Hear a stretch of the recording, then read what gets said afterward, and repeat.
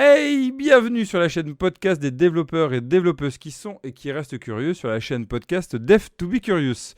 Nous voilà dans un nouvel épisode. Ça faisait un petit moment que je ne vous avais pas publié de nouvel épisode. Et là, cette fois-ci, on va s'attarder, on va même s'arrêter sur la veille. La veille, quand on est développeur et développeuse, ce qui est dit en théorie, c'est que c'est méga important. Quand je fais j'ai été jury durant plusieurs années dans un BTS, informatique de gestion, et c'était un des critères en fait d'ailleurs de sélection, ou en tout cas de questions qu'on devait poser aux étudiants. Est-ce que vous faites de la veille? Est-ce que vous l'avez mis en place durant votre stage, durant votre année ou vos 2 années? Et bien souvent la réponse est non, ou alors oui, mais de manière très scolaire. Et puis la nouvelle réponse est mais oui, mais qu'est-ce que tu fais avec cette veille? Et là aussi, on va en reparler.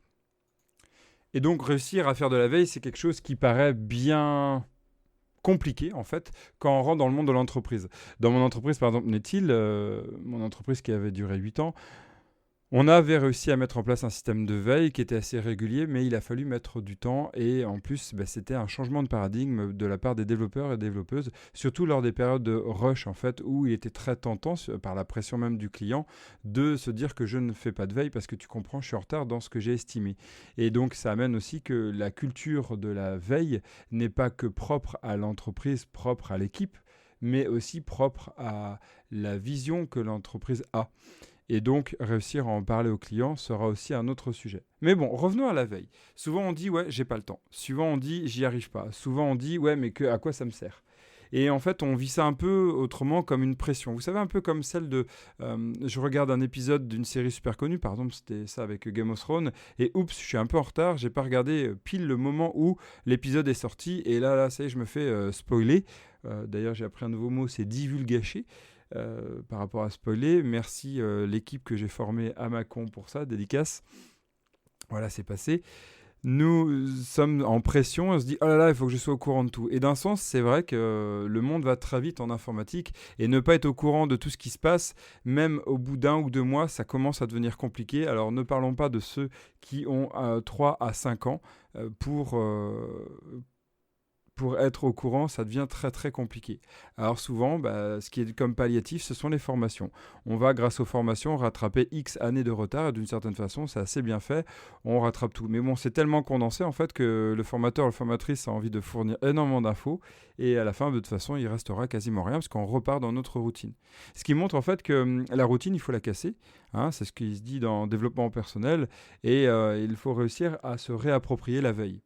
La veille veut d'abord en trouver un plaisir avant tout, ou alors, si c'est une contrainte, le faire de manière optimale et de manière productive.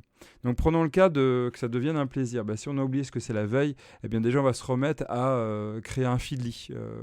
Ou créer un compte chez Feedly ou tout autre agrégateur de ressources, de flux RSS, et d'aller ajouter à plusieurs flux, plusieurs sites internet qui publient du RSS pour aller récupérer en fait les dernières actus, par exemple sur .NET, par exemple sur Angular, par exemple sur TypeScript, React, j'en passe et des meilleurs, Python et tout ce que vous voulez.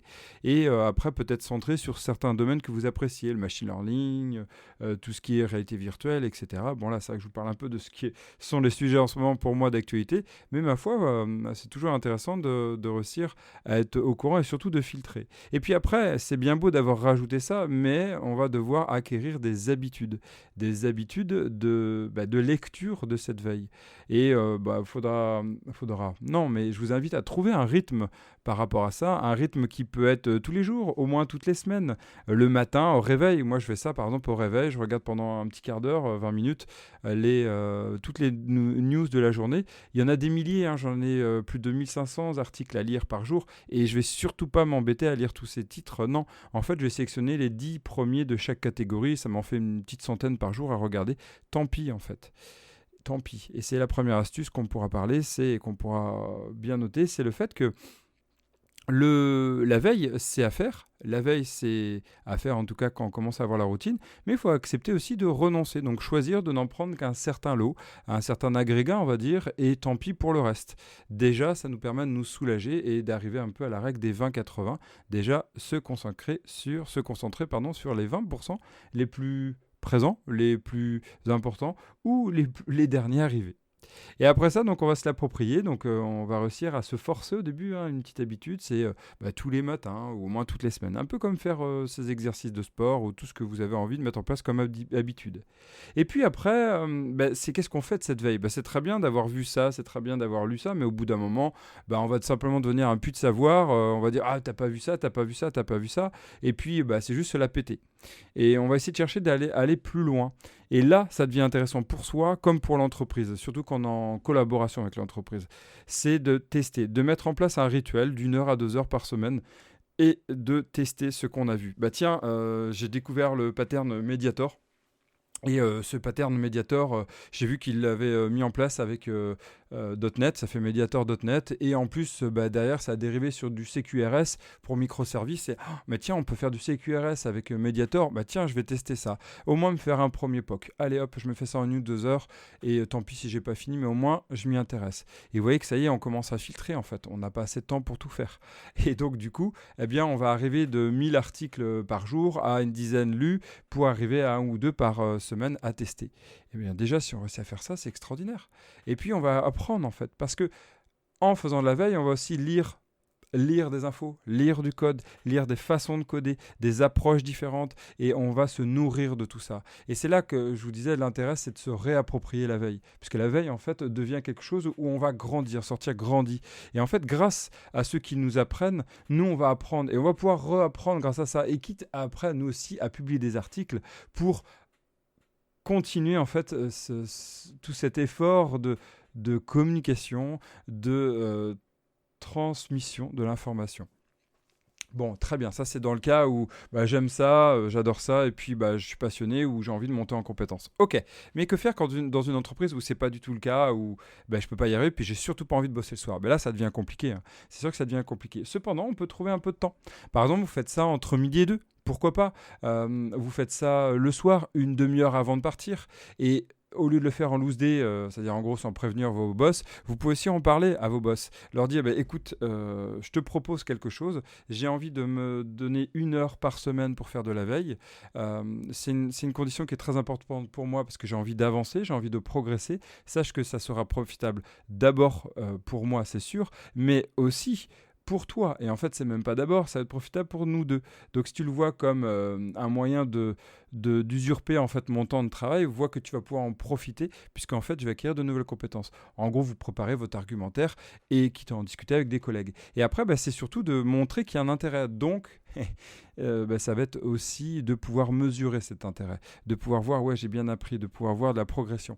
Et donc là, voilà le deuxième intérêt, c'est si vous voulez convaincre, il va falloir apporter des preuves. C'est obligé. Donc, convaincre, il faut apporter des preuves. Et comment on apporte des preuves? Une astuce, par exemple, que je peux vous inviter à mettre en place, c'est de réussir à mettre en place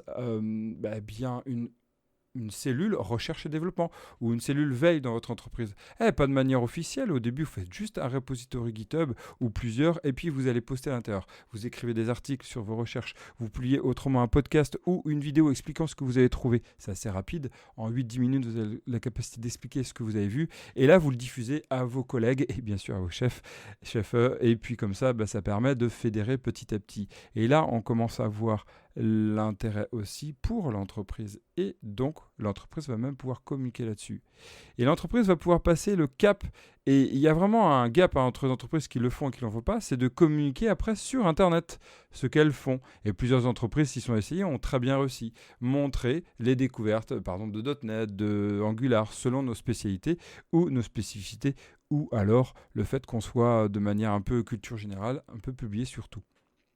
Et vous voyez l'intérêt, c'est que c'est gagnant-gagnant. Alors comment réussir à mettre en place de la veille? C'est d'abord se le réapproprier, c'est d'abord pour soi la veille. Et après, ça va être pour l'équipe. On va réussir dans l'équipe, par exemple une équipe agile ou une équipe, quelle qu'elle soit, en fait on s'en fout que ce soit agile, on va se prendre un peu de temps, une fois par semaine pour faire de la veille. Un peu comme quand on fait la revue de code, etc. Mais on va se forcer à le faire. Donc en fait, les estimations de temps ne sont plus des estimations en capacité maximale d'1 semaine, mais capacité maximale d'1 semaine moins, par exemple, 3 heures. Et ça va être important à garder comme ça dans l'estimation, et surtout s'il y a des personnes qui créent les plannings. C'est une obligation pour moi, si on veut y arriver. Et on va y aller pas à pas, faut pas se mettre la pression. Petit à petit, on va avancer.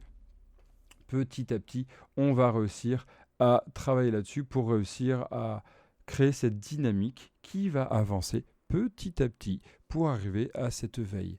Et même si vous ne le faites pas une fois par jour, faites-le au moins une fois par semaine. En tout cas, c'est une invitation forte. Comme ça, vous tiendrez au courant. Et fini les divulgations, vous pourrez aussi savoir, et si vous en avez envie, vous la pétez. Vous pouvez même faire des concours et des blind tests là-dessus. Tiens, est-ce que tu es au courant quelle est la dernière version ou la version supportée par Angular 8 ? Bon, c'est la 3.4 de TypeScript, j'entends. Hein.